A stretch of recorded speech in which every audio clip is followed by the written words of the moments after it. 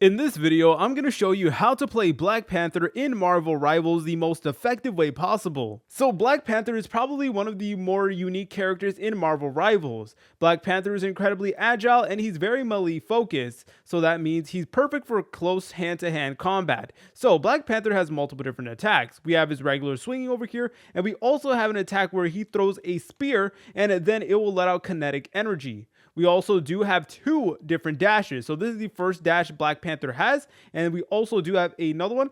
The button for that is R1.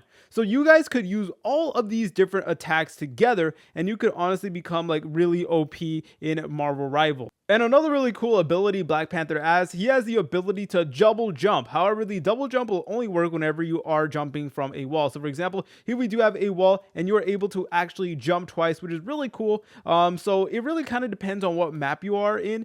Sometimes this could be incredibly useful, sometimes really not so much. But regardless, I still think it's a really cool ability that Black Panther does have. So here's what I like to do. I personally like to use the dash in order to rush in, like so. And then I like to go behind them and then use the spear. So let's go ahead and actually use our dash against this Thor character, and then let's throw our spear at him just like so, and we are actually able to do significant damage with that method. And then you will also get a health boost just like so. And let's go ahead and throw our spear and use another dash, and then there you go. You can literally become incredibly OP as a Black Panther, and even though there's so many people against us, we are still doing pretty decent. And honestly, my best advice is to practice, because at first I really had no idea what to do with Black Panther, but now I'm far more comfortable. So guys, practice is key. Do not be discouraged if you're not instantly good with Black Panther. All you need to do is practice. If you guys found this video helpful, make sure to leave a like and subscribe. I'll see you in the next tutorial.